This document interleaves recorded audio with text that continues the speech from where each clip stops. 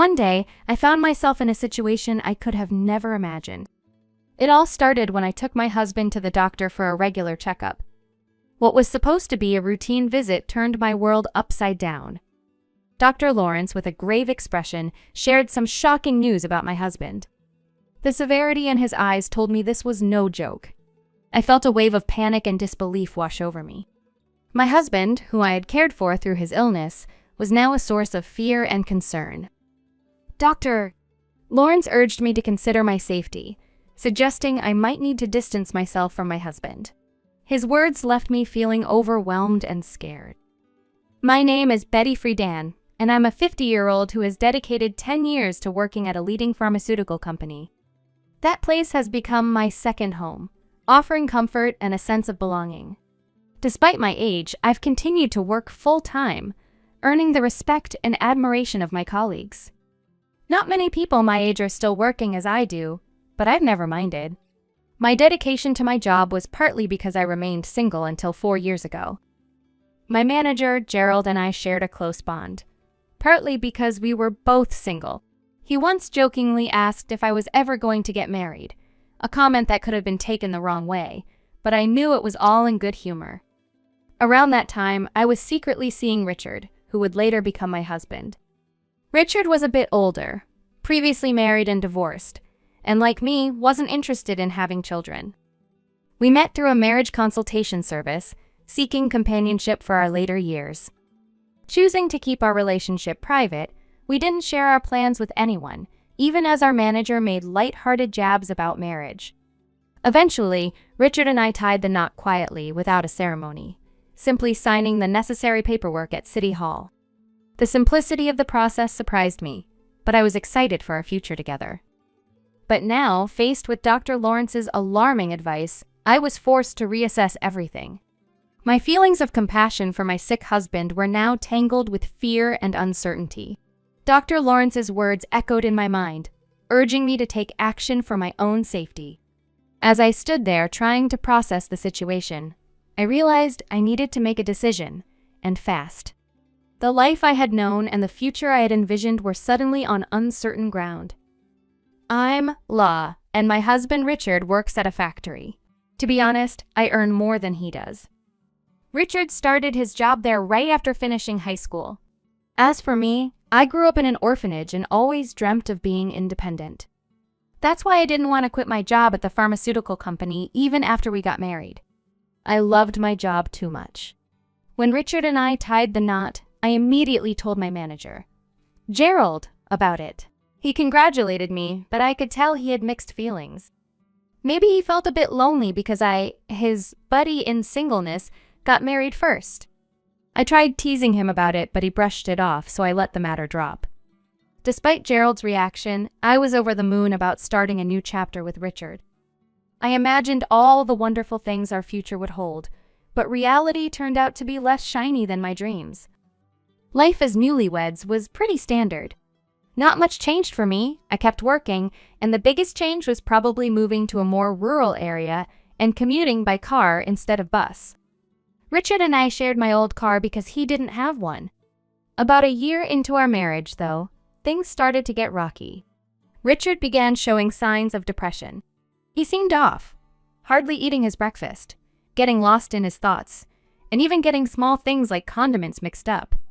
His clothes didn't match, and he became quieter at work and at home.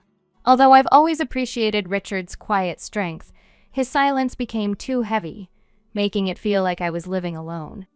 This loneliness crept up on me as I noticed these small but significant changes in him. It dawned on me that Richard might be dealing with a mental health issue.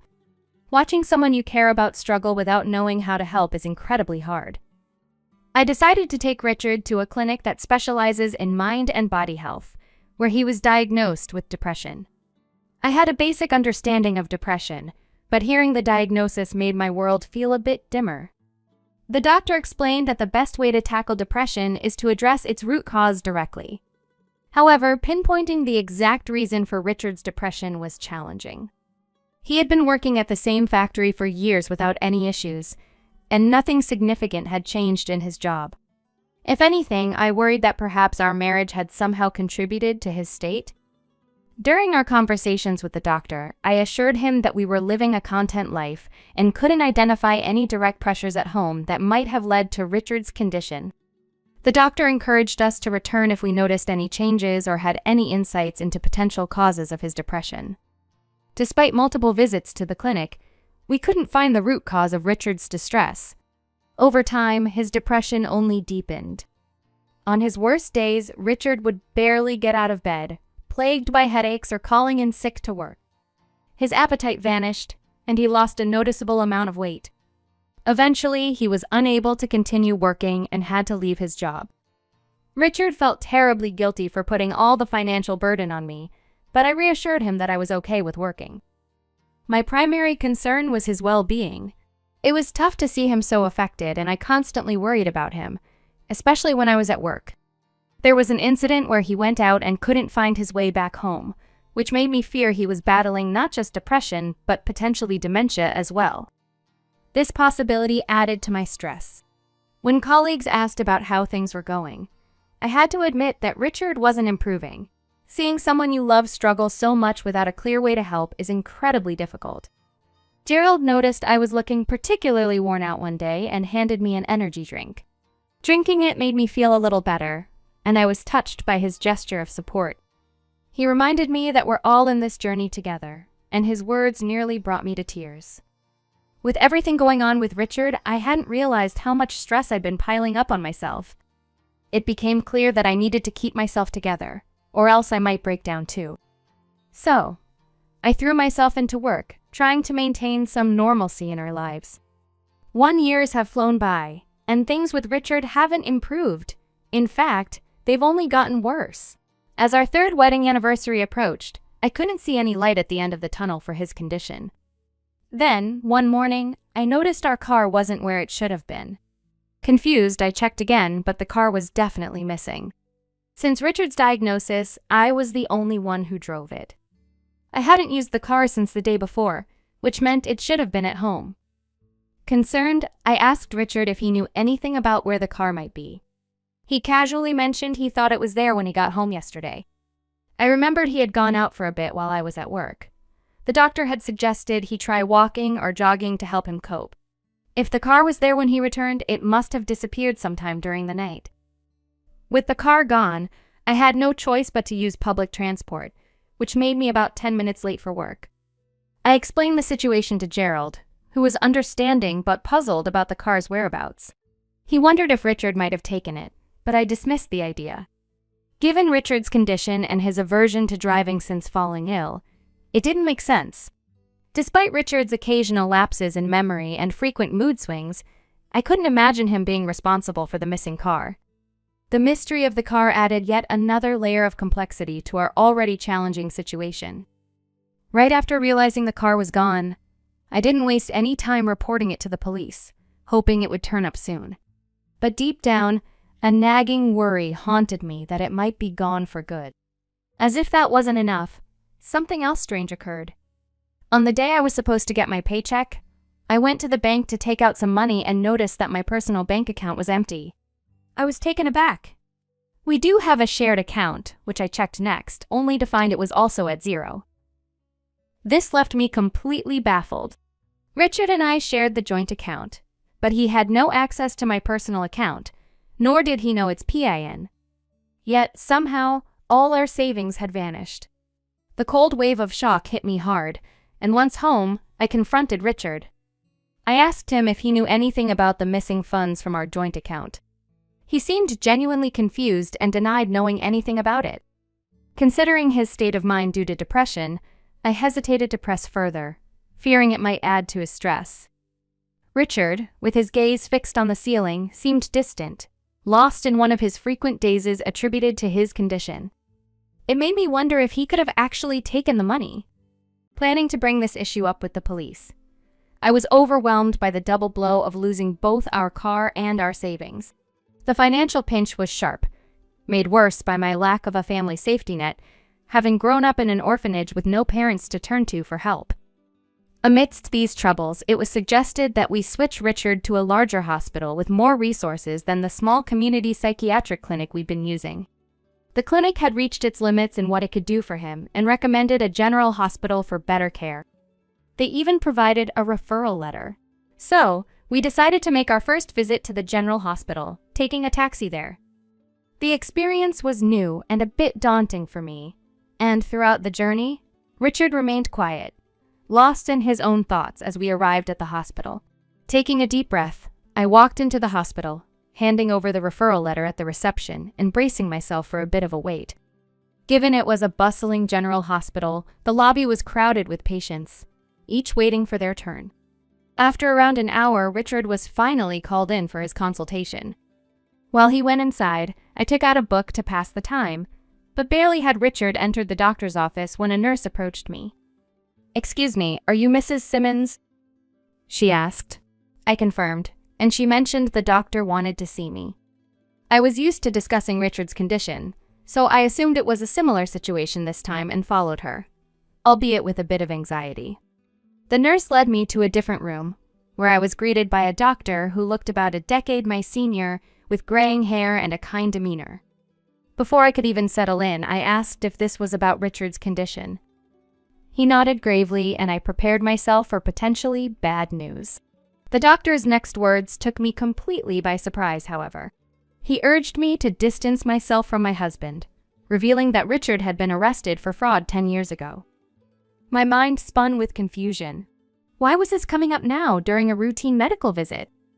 The doctor explained his suspicions about Richard's depression, suggesting that he might be pretending.